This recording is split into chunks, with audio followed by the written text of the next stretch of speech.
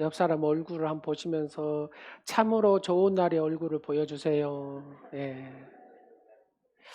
이렇게도 한번 해볼까요? 참으로 사랑하기 좋은 날입니다. 시작. 누구하고요? 그렇죠. 하나님하고요. 자, 오늘은 성령님을 이렇게 한번 같이 하겠습니다. 성령님, 사모합니다. 사랑합니다. 할렐루야. 성령님을 사모하고 사랑하는 여러분 되시기를 간절히 축원합니다. 부자 되십시오. 성공하십시오. 건강하십시오. 장수하십시오. 많이 사랑하십시오. 많은 사랑을 받으십시오. 여보세요. 부자 되라는 소리가 최고로 아멘이 커요. 사람이 가장 큰 소망, 사람이 가진 가장 큰 소망이 뭐냐 물으면 사람들은 부자 되는 거, 성공하는 거, 장수하는 거, 건강 이렇게 얘기한답니다. 독일의 시인 하이네는 이렇게 얘기합니다. 사랑하고 사랑받는 것, 이것이 사람이 가진 가장 큰 축복이다. 여러분도 그렇게 생각하십니까? 사랑하고 사랑받는 것이 여러분에게 가장 큰 축복이라고 생각하신 분만 아멘. 어떻습니까? 여러분도 이렇게 이 말에 동의하시죠? 예, 세상에서 우리가 가질 수 있는 가장 큰 축복은 내가 마음껏 사랑하고 내가 마음껏 사랑을 받는 거라는 겁니다. 우리는 보통 욕망을 나쁜 것이라고 얘기를 해요. 그래서 불교에서는 뭐라고 표현하냐면 욕망을 죽이라 이렇게 얘기합니다. 그럼 성경에서는 뭐라 그래요? 나는 매일 죽는다 이렇게 표현하죠. 나를 죽이라는 겁니다. 그러나 욕망이 다 나쁜 것은 아니라는 겁니다. 욕망에는 양면이 있는데 그것이 옳고 좋을 때는 선한 에너지를 발휘하고 그것이 나쁜 것이 넘칠 때는 악의 어떤 원인이 된다는 것이죠. 하나님에 대하여서 거룩한 이 욕망이 필요할까요? 없을까요? 그렇습니다. 필요합니다. 이스라엘의 격언에 이런 말이 있습니다. 모든 욕망은 정화되고 다스려져야 된다. 그러나 욕망을 없애서는 안 된다라고 얘기합니다. 우리에게 거룩한 욕망이 필요합니다. 이 욕망을 히브리어로 뭐라 그러냐면은 에체르라는 단어를 씁니다. 에체르. 에체르라는 단어는 우리나라로 번역하면 이것을 소원, 열망, 갈망 이런 단어로 번역을 합니다. 하나님 우리에게 마음의 소원을 주신 줄로 믿습니다. 그래서 시편 기자가 시편 37편 4절에 또 여호와를 기뻐하라 그가 내 마음의 소원을 내게 이루어 주시리로다. 아멘. 하나님 우리에게 마음의 소원을 주셨습니다. 하나님은 또한 우리 안에 마음의 열망을 부어주셨습니다. 빌립보서 2장 13절 말씀에 보면 너희 안에서 행하시는 이는 하나님이시니 자기의 기쁘신 뜻을 위하여 너희에게 뭘 두고요? 소원을 두고 행하게 하시나니. 아멘. 이 소원이 에체르인데 거룩한 열망, 거룩한 갈망입니다. 사랑하는 여러분 하나님에 대한 거룩한 열망과 갈망이 있습니까? 아멘. 또 물어보지 않도록 아멘 하십시오. 예. 아멘. 하나님에 대한 거룩한 열망을 다룬 책이 오늘 본문의 이 아가서입니다. 아가서. 하나님은 우리의 관계를 비유적으로 이렇게 쭉 설명을 하는데 아버지와 아들, 왕과 신하, 그 다음에 주인하고 종의 개념으로 우리는 그의 종이죠. 하나님의 종이다 그 말입니다. 그러나 하나님과 우리의 사이를 가장 가깝게 묘사하는 비유가 있는데 그게 뭐냐면 신랑과 신부입니다. 신랑과 신부. 하나님은 우리의 신랑이시고 우리는 그분의 신부다 그 말입니다. 신랑과 신부는 아버지와 아들과 왕과 신하와 달리 아무런 어째요? 격차가 없습니다. 그래서 신랑과 신부는 같이 먹고 자고 같이 삽니다. 여러분, 신랑과 신부하고 따로 사신 분 있습니까? 아닙니다. 신랑과 신부는 같이 사는 겁니다. 같은 집에서 같은 식탁과 같은 통장과 같은 침대에서 쓰고 있습니다. 주인으로 하나님은 우리의 경외의 대상이죠. 아버지로서 하나님은 우리의 공경의 대상입니다.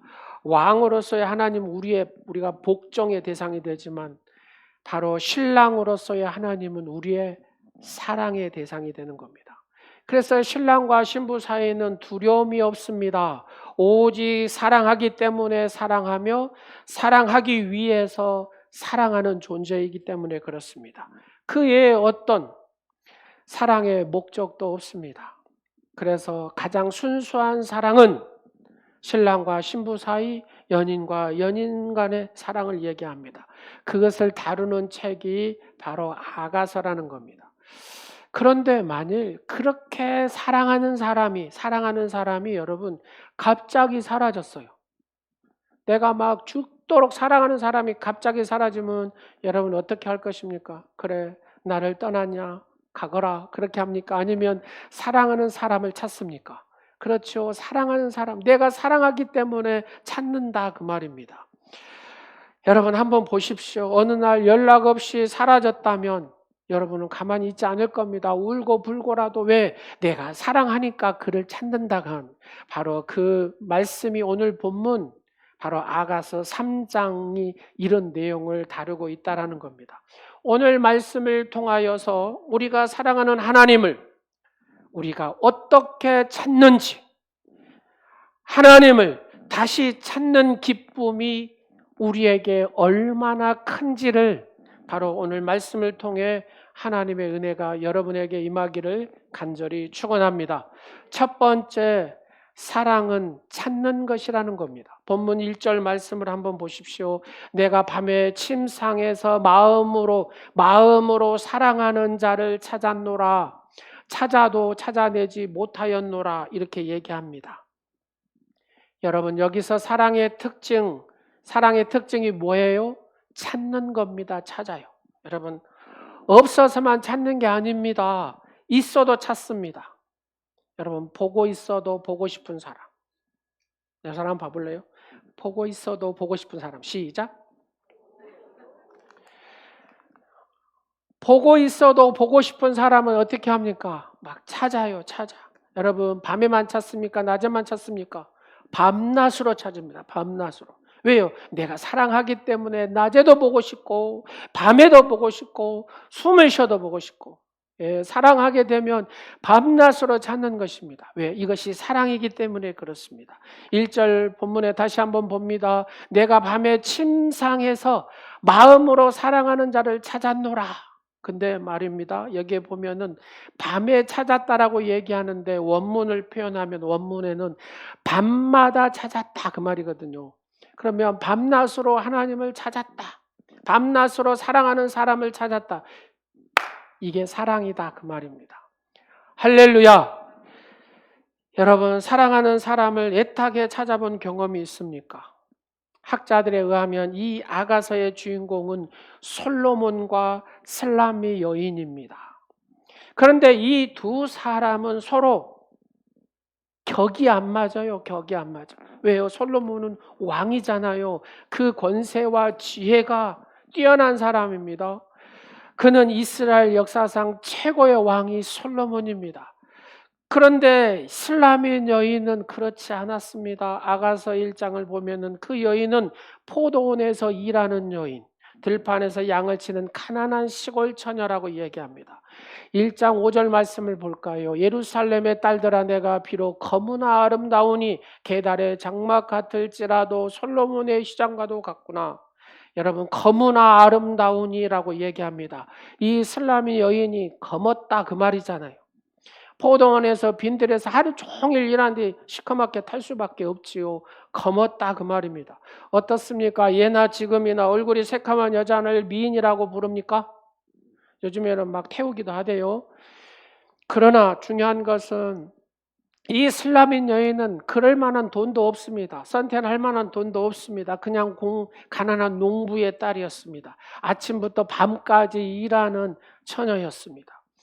그러면 솔로몬이 하얀 뽀얀 얼굴이 없어서 이 시커먼 얼굴의 여인을 사랑했을까? 이 슬라민 여인을 사랑한 것입니까? 아닙니다. 여러분, 예쁘고 뽀얀 이 피부를 가진 여인을 찾으려고 생각하면 어째요? 왕궁에 가면 막 널려 있죠. 널려 있어. 진정한 사랑은 항상 그럼에도 불구하고 사랑하는 겁니다. 여러분, 그래서 사랑에는 세 가지가 있어요. 그래야, 멋멋해야 사랑하는 사랑. 그래서, 멋멋해서 사랑하는 사랑. 그래도 사랑하는 사랑. 가장 좋은 사랑은 무슨 사랑입니까? 그래도, 그렇죠. 그래도 사랑하는 사랑입니다.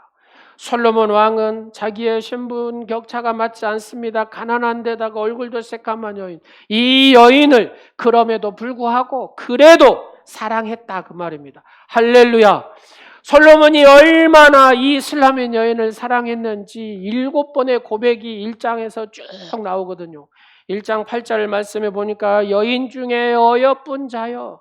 여러분, 사랑하면 어떻습니까? 그냥 얼굴이 메주같이 생겨서도 사랑하면 어여쁜 자로 보인 줄로 믿으시기 바랍니다.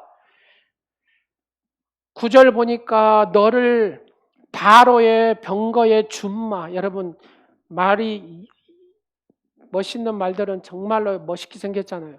그 아름다운 그 준마로 표현을 합니다. 10절에 보니까 내 목은 구슬로 꿰맨 아름답구나라고 표현합니다. 여러분 13절에 몰약의 항주머니로 표현하고요. 14절에 엥게디 포도원에 고베라라는 꽃이 있습니다. 그 꽃처럼 표현합니다. 너는 내 눈이 비둘기같이 눈이 예쁘다고 표현합니다. 백향목의 들보와 잣나무 석가래라고 표현합니다. 여러분, 이렇게 솔로몬이 슬라미 여인에게 구구절절히 몇 번이나요? 7번이나 완전수입니다. 7번이나 완전히 사랑했다 그 말입니다. 할렐루야. 여러분, 하나님의 사랑도 우리가 하나님을 사랑해서가 아니라 하나님이 우리를 사랑해서 이루어진 것을 믿습니까? 그렇습니다. 먼저 하나님이 우리를 사랑했다라는 겁니다. 하나님께서 우리를 사랑해서 하나님 먼저 우리에게 다가오셨다 그 말입니다. 사랑이 바로 하나님의 그 사랑이 내게 왔다 그 말입니다. 여러분, 하나님은 무엇으로 여기에서 하나님을 솔로몬으로 표현하고 있습니다. 슬라민 여인을 저와 여러분으로 표현하고 있습니다. 우리와 하나님은 도무지 격이 안 맞아요.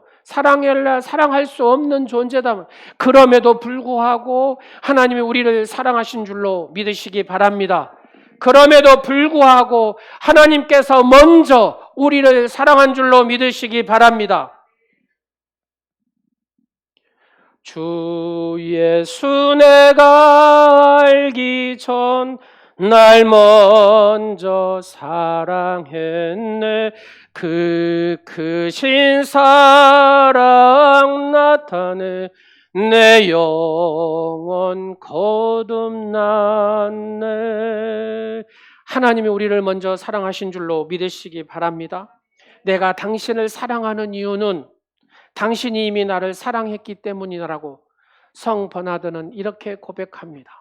하나님께서 먼저 우리를 사랑했기에 우리도 그 하나님을 사랑한다는 표현입니다. 솔로몬 왕 같은 하나님께서 슬라미 여인 같은 나같이 이렇게 천하고 낮은 나를 하나님은 사랑하셨다 그 말입니다. 그래서 내가 그를 사랑하는 것은 그가 나를 먼저 사랑했기 때문입니다. 그래서 성 버나드는 찬송가 85장에 이렇게 표현합니다. 예수의 넓은 사랑을 어찌다 말하랴. 그 사랑 받은 자만이 그 사랑 알도다. 목사가 찬양을 불러야 잠을 안 잔대요. 여러분 집중할 수가 있대요. 그래서 찬양을 부르기로 했습니다. 내가 이래서 저 푸른 초원 이럴 수는 없잖아요. 예. 여러분도 하나님이 여러분을 먼저 사랑했다는 것을 아십니까? 우리가 아직 연약할 때, 우리가 아직 죄인 되었을 때, 우리가 아직도 하나님과 원수 되었을 때 하나님께서 그 아들을 통해서 우리를 사랑하셨다는 것을 아십니까? 그래서 이루어지는 것이 사랑의 언약입니다.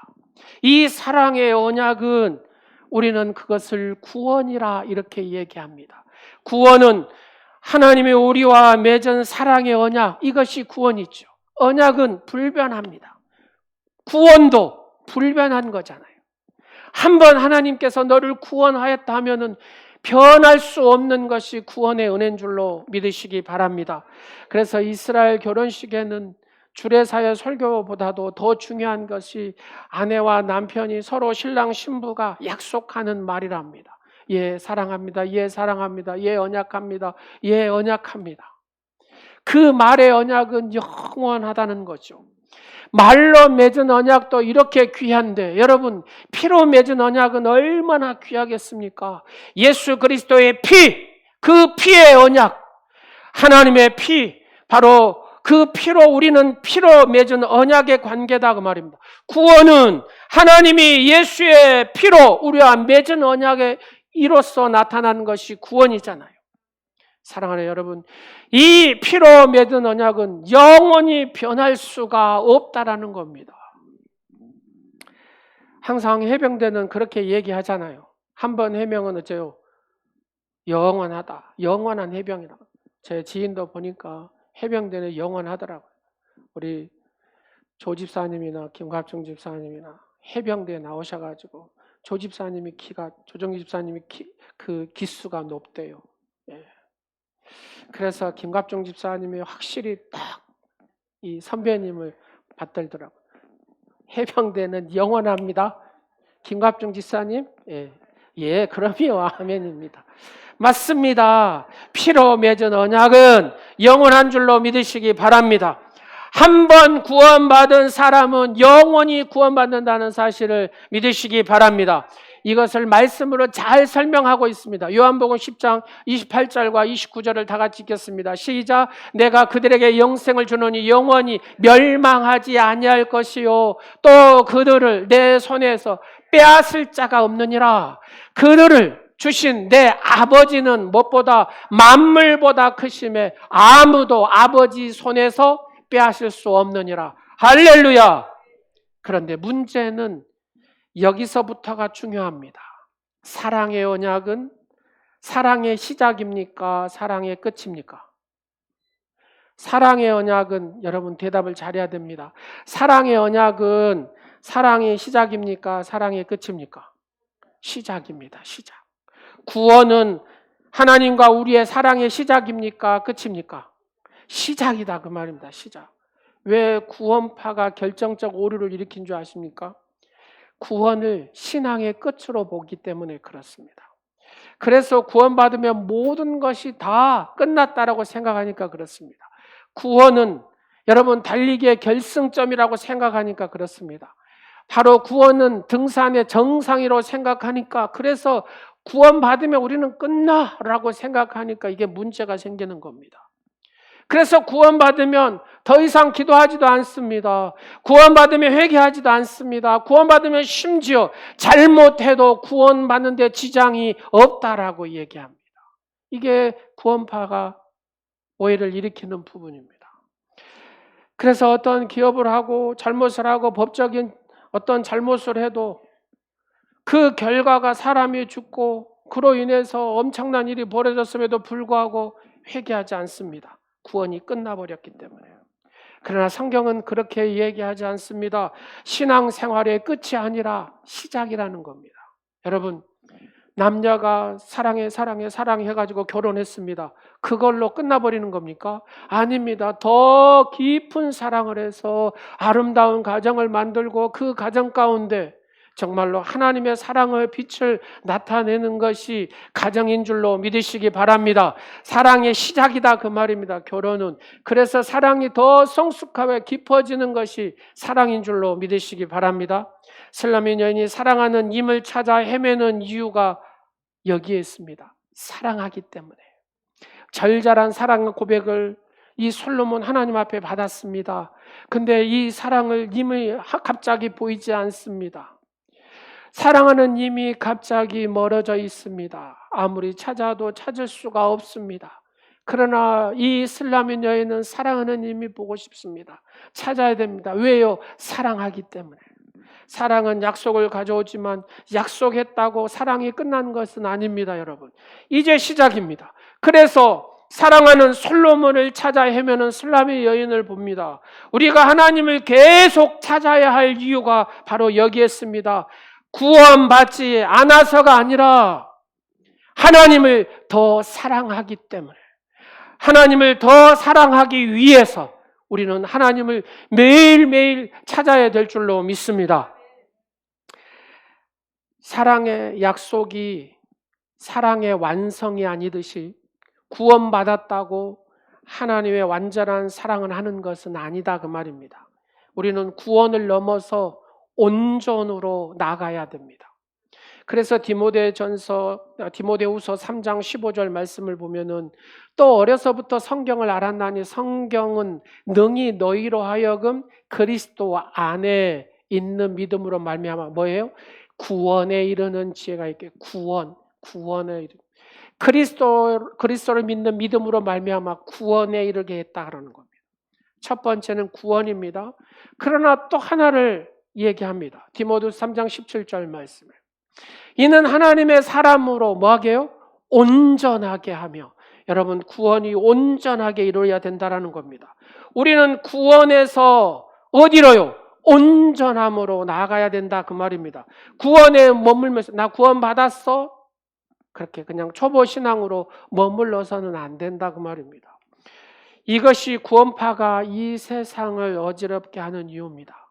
내가 구원을 받고 거기에서 머물러서면 안 된다는 얘기입니다. 온전한 하나님의 사람으로 나아갈 때 그 사람이 하나님의 기뻐하는 자인 줄로 믿으시기 바랍니다. 그런데 하나님을 찾는 일은 쉽지가 않아요. 2절 말씀 본문을 보겠습니다. 이에 내가 일어나서 성 안을 돌아다니며 마음에 사랑하는 자를 거리에서나 큰 길에서나 찾으라고 하고 찾았으나 만나지 못하였노라 그러잖아요. 찾으리라고 하고 찾았으나 만나지 못하였다. 왜 우리는 하나님을 찾기가 어려웁니까? 왜 신앙생활을 잘하려면 잘할수록 우리가 진짜 하나님을 너무너무 잘 찾고 믿고 하나님과 교통하고 교류하고 그렇게 깊이 살아야 되잖아요. 근데 왜 이게 안 되냐? 같이 한번 따라하시죠. 영혼의 메마름, 영혼의 메마름, 영혼의 어두운 밤. 내가 영혼이 메말라 있으면 이게 안 되는 거예요. 영혼의 어두운 밤에 있으면 이게 안 되는 거예요. 내가 하나님을 부르고 찾고 해도 내가 눈물로 불러도 하나님이 침묵하고 계신, 하나님 불러도 대답지 않으시더라라고 말합니다. 사랑하는 여러분, 내 영혼의 메마름과 어두운 방에 있으면 내가 하나님을 찾아도 이게 잘 안 된다 그 말입니다.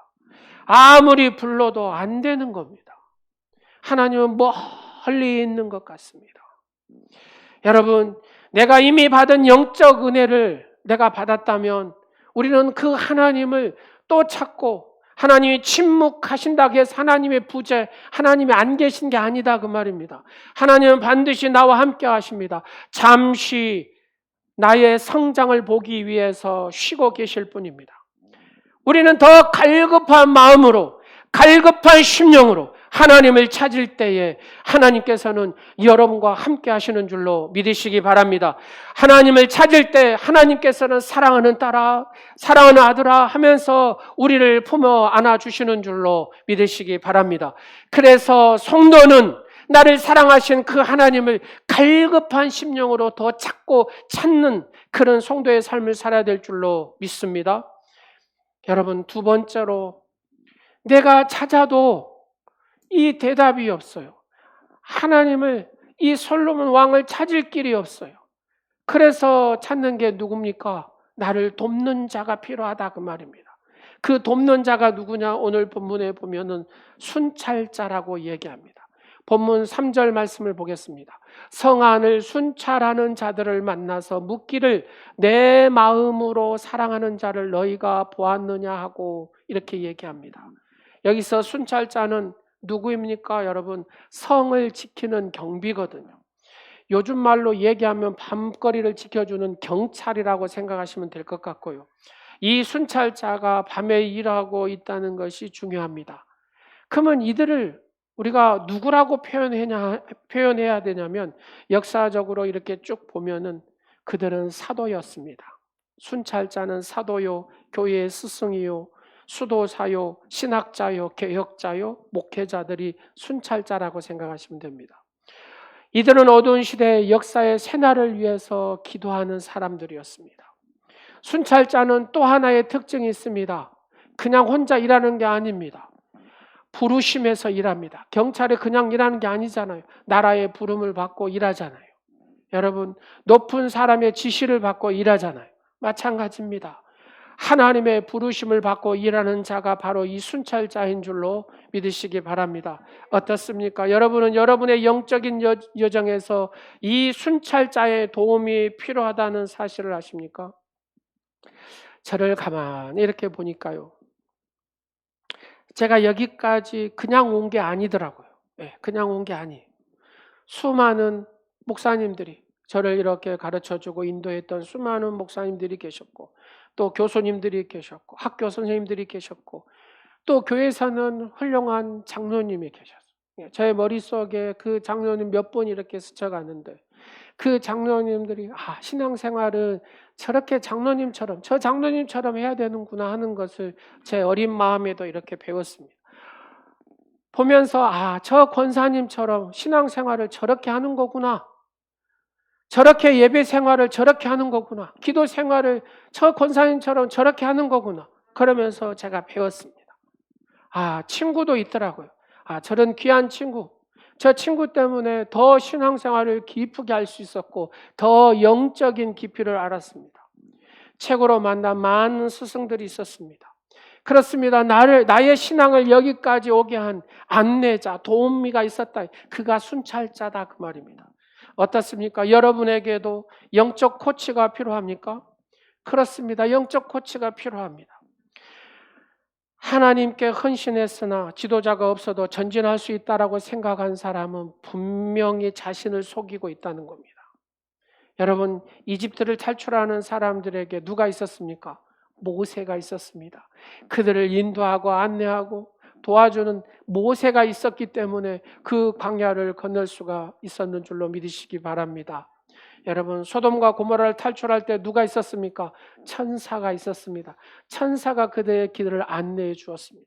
여러분, 우리가 썩어져가는 함부를 고치려면 어떻게 합니까? 유능한 의사가 필요합니다. 완전히 수술해낼 수 있는 아주 분명한 숙련된 의사가 필요합니다. 그래서 우리가 하나님을 향해 나갈 때에 필요한 것이 내가 배우고자 하는 겸손이 필요하다 그 말입니다. 겸손한 사람만이 그걸 배울 수가 있습니다. 나에게도 영적 스승이 필요한가? 영적 멘토, 영적 코치가 필요하다는 것을 내가 인식하고 사는 사람은 이 사람은 겸손한 사람입니다. 여러분, 결혼 생활도 해보셔서 아시겠지만 우리 청년들은 몰라도 그냥 사는 게 아닙니다. 결혼 생활도 배워야 결혼 생활을 잘해요. 이 결혼 생활에 멘토가 없으면 결혼 생활을 잘 못합니다. 저는 아버님이 빨리 돌아가셔서 가정에 이렇게 멘토가 없었어요. 그래서 이제 공부로 책으로 이렇게 찾았죠. 그렇습니다. 결혼 생활 하나도 멘토가 반드시 필요합니다. 어떻게 살아야 되는가? 그걸 배워야 되는 거예요. 영적 생활도 마찬가지입니다. 여러분, 영적 생활 혼자 할 수 없습니다. 혼자 한 사람은 망합니다. 잘 될 수가 없습니다. 왜요? 거기에 교만이란 놈이 딱 들어앉아 있기 때문에 나는 나 혼자도 잘해! 라고 얘기하는 사람은 절대로 그 사람은 잘할 수가 없는 사람, 자기 스스로 못을 박아버린 사람입니다. 우리 중에 남의 도움을 필요로 하지 않는 만큼 충분히 성숙한 사람은 없습니다. 남의 지혜를 필요로 하지 않는 만큼 모든 것을 다 안다는 사람 없습니다. 반드시 겸손함으로 나는 배워야 된다는 겁니다. 우리에게 영적인 멘토가 필요하고 우리의 삶의 멘토가 필요하다는 얘기입니다. 재미있는 것은 여인은 순찰자의 도움을 받았지만 순찰자도 이 여인을 돕기를 원했다라고 얘기합니다. 여인과 순찰자 도움을 주고 받는 관계, 길을 묻고 길을 돕고 이렇게 해서 멘토와 멘티가 나오게 됩니다. 멘토와 멘티는 옛날 그리스에서 시작된 교육 방식입니다. 여러분 유명한 그리스의 철학자가 누가 있습니까? 소크라테스가 있잖아요. 소크라테스 제자가 누굽니까? 플라톤이 있잖아요. 플라톤의 제자가 누굽니까? 아리스토텔레스가 있잖아요. 아리스토텔레스의 제자가 누굽니까? 알렉산더 대왕입니다. 여기에서 서로 알렉산더 대왕 서로 간에 멘토가 되고 멘티가 되더라는 겁니다. 멘토는 멘티를 낳고 멘티는 또 멘토를 낳게 되는 것입니다. 사랑하는 여러분, 이렇게 코칭이 필요하다 그 말입니다. 성경을 보면은 많은 믿음의 사람도 모두 겸손히 배웠습니다. 여러분 한번 봐보십시오. 아브라함도 마찬가지죠. 모세도 마찬가지죠. 다 멘토, 멘티 관계였음을 알 수가 있습니다. 모세에게는 누가 있었습니까? 여호수아를 가르쳤습니다. 여러분 성경에 쭉 한번 봐보십시오. 다윗과 그 다음에 솔로몬과 엘리야와 엘리사의 관계 쭉 보면은 바울과 실라, 디모데, 디도 쭉 나오잖아요. 이런 관계가 항상 형성이 됐다 그 말입니다. 근데 성경에서 믿음으로 사는 사람 중에 스스로 된 사람이 있다라고 생각하는 사람입니다. 내가 스스로 이래도 된 사람, 이렇게 자랑친 사람이 있습니다. 구약에는 사울이라는 사람입니다. 사울은 아무에게도 안 배웠습니다. 아무에게도 가르치지 않았습니다. 그의 마지막 끝은 무엇이었습니까? 자살입니다. 그로 망한 것입니다. 여러분 신약 성경에 가룟 유다가 있습니다. 그 위대한 있으신 예수님을 놔두고 예수님을 배우려고 하지 않았습니다. 자기의 생각대로 살았습니다. 자기의 생각대로 행동했습니다. 그렇습니다. 그에게도 누굴 가르치는 사람이 없습니다. 시기하고 질투만 했지. 그 또한 자살했습니다. 그래서 결혼 생활도 마찬가지고 영적 생활도 마찬가지고 반드시 코치가 필요하다 그 말입니다. 여러분 손흥민이가 왜 그렇게 위대한 선수가 됐습니까? 위대한 코치 아버지가 있었기 때문에, 아버지가 있었기 때문에 위대한 선수가 나올 수가 있었다 그 말입니다. 사랑하는 여러분, 영적인 삶도 마찬가지입니다. 어떻습니까? 여러분도 겸손히 배워보시겠습니까? 겸손히 배워보시겠습니까? 오늘 이 교회는 이 목사를 보냈습니다. 가르치는 자로. 여러분 영적인 멘토로서 보냈다 그 말입니다. 여러분이 겸손히 배울 때에 여러분에게 더 풍성한 은혜가 임할 줄로 믿습니다. 우리 장로님들에게 배워보시겠습니까? 장로님들을 인정하고 배워보십시오. 우리에게는 좋은 교사가 있습니다. 좋은 셀 리더들이 있습니다. 배워보시겠습니까? 그들은 안내자고 동반자입니다. 동시에 교회 리더자들입니다. 그래서 이들을 교회의 순찰자라 이렇게 얘기합니다. 여러분 근데 이 순찰자에는 조건이 필요합니다. 아무나 순찰자가 되는 게 아니더라는 겁니다. 길 안내자, 바로 이 순찰자는 세 가지 조건이 있습니다. 그것은 그 길을 알아야 된다는 것이고 그 길을 가봐야 된다는 것이고 세 번째는 그 길을 말할 수 있어야 된다는 겁니다. 이 사람이 순찰자의 자격이라는 겁니다. 단지 내가 직분을 받아서 장로의 직분을 받아서 목사가 되어서 아니 권사가 되어서 아니 안수집사가 되었다고 교회 지도자가 되는 게 아니라는 얘기입니다. 내가 교회의 순찰자가 되기 위해서는 그 길을 알아야 되고 그 길을 가봐야 되고 그 길에 대해서 말할 수 있는 실력이 내게 갖추어져야 된다 그 말입니다. 실력이 있어야 내가 순찰자로서 쓰임을 받게 된다는 겁니다. 멘토링의 전문가 팀 엘모어라는 사람이 있는데 이 사람은 멘토는 5가지를 주라고 말합니다. 멘토가 어떤 5가지를 줘야 되냐? 첫 번째는 핸들을 주라는 겁니다. 한번 운전을 이렇게 해보면 그러잖아요. 운전은 이렇게 하는 거야. 운전은 이렇게 하는 거야. 하고 절대 운전대를 안 줍니다. 이 사람 운전할 수 있습니까? 못합니다. 그래서 운전대를 주라는 겁니다. 자립심을 키워내라 그 말입니다. 두 번째는 지도를 주라는 겁니다. 지도를 줘야 방향을 알지 않겠습니까?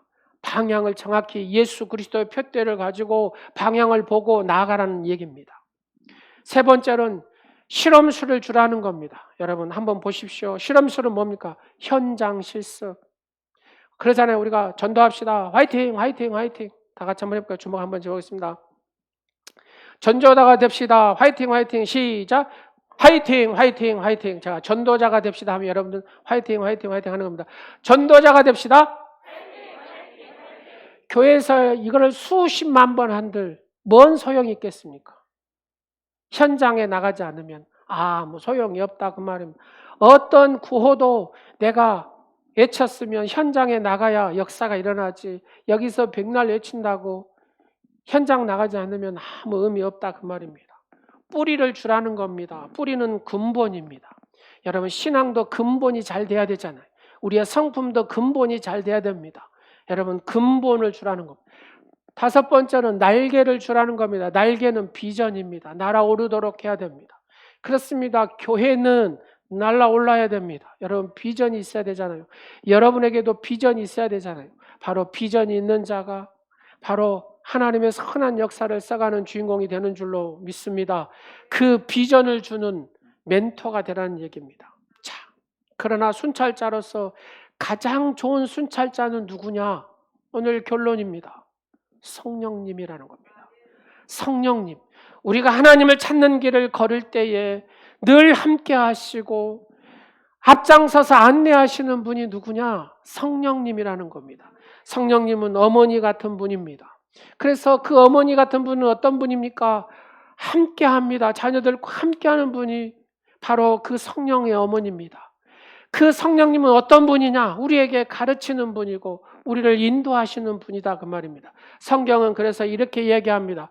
요한복음 14장 16절에서 18절 말씀, 내가 아버지께 구하겠으니 그가 또한 다른 보혜사를 너희에게 주사 영원토록 너희와 뭐 한다고요? 함께 있게 하리니. 그 성령님께서 우리와 함께 하시는 줄로 믿으시기 바랍니다. 그 성령님은 어머니같이 자녀와 함께 하듯이 우리와 함께 하시는 순찰자인 줄로 믿으시기 바랍니다.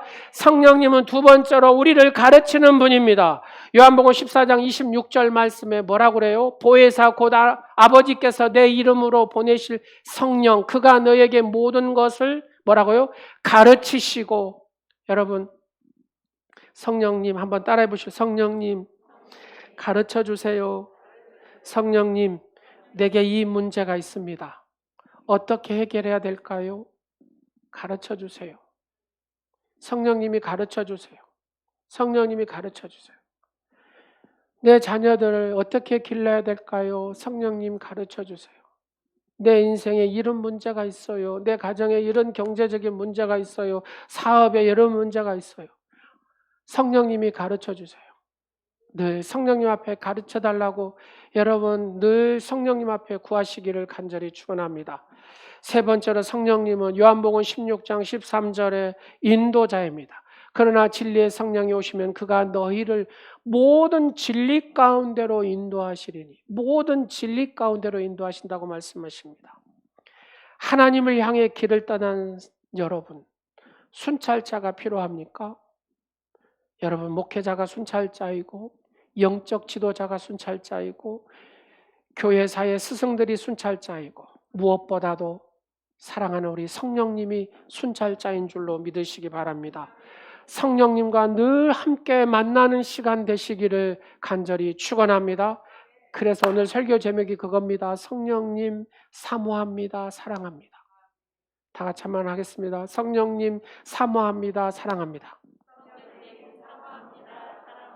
예, 성령님을 사모하고 사랑하는 여러분 되시기를 간절히 축원합니다.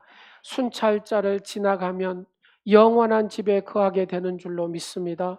세 번째로 영원한 집으로 들어가라고 말씀합니다. 마지막 장면이 된 슬라민 여인이 순찰자의 도움을 받아서 드디어 사랑하는 이를 만났습니다. 사랑하는 이 솔로몬을 만났다 그 말입니다. 4절 말씀 보겠습니다.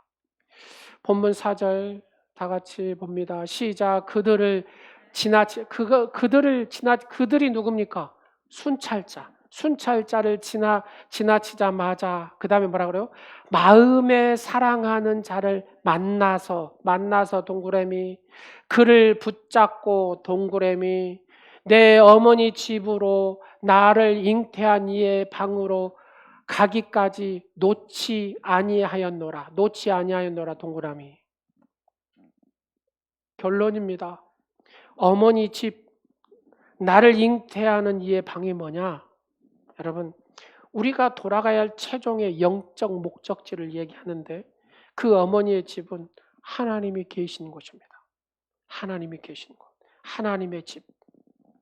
우리가 마지막에 들어갈 영적 고향, 하나님이 계시는 영원한 집. 그런데 그 집은 죽어서만 가는 게 아니라 그 말입니다. 지금 살아있을 때 매일 가야 됩니다. 매일. 하나님의 집으로 매일 가야 된다. 매일 순간 우리는 하나님이 계시는 거룩한 집으로 들어가야 된다 그 말입니다. 우리의 존재의 모태요 하나님의 임재의 현장입니다. 구약으로 얘기하면 그곳이 어디입니까? 지성서겠죠. 신약으로 얘기하면 어디겠습니까? 여기에요.